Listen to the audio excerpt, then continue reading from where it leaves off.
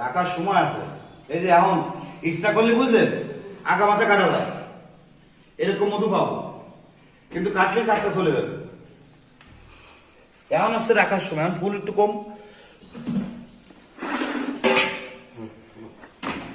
ফুল পাঠতেছে, এখন আবার বেশি হবে না।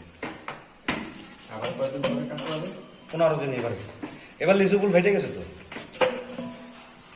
এবার আর সমস্যা নাই। এক জায়গায় রাখো, কয়েকদিন পরে।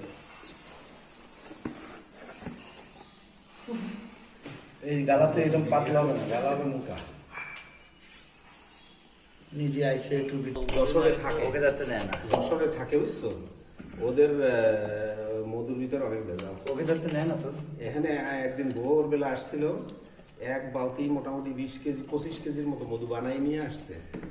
তাই না, আমাদের এখানে ওই দিন মধু হয়েছিল ভালো, প্রায় 8-9 কেজি মধু হয়েছিল। ওর অর্ধেক ওর ভিতরে একটু চাপনি দেন না।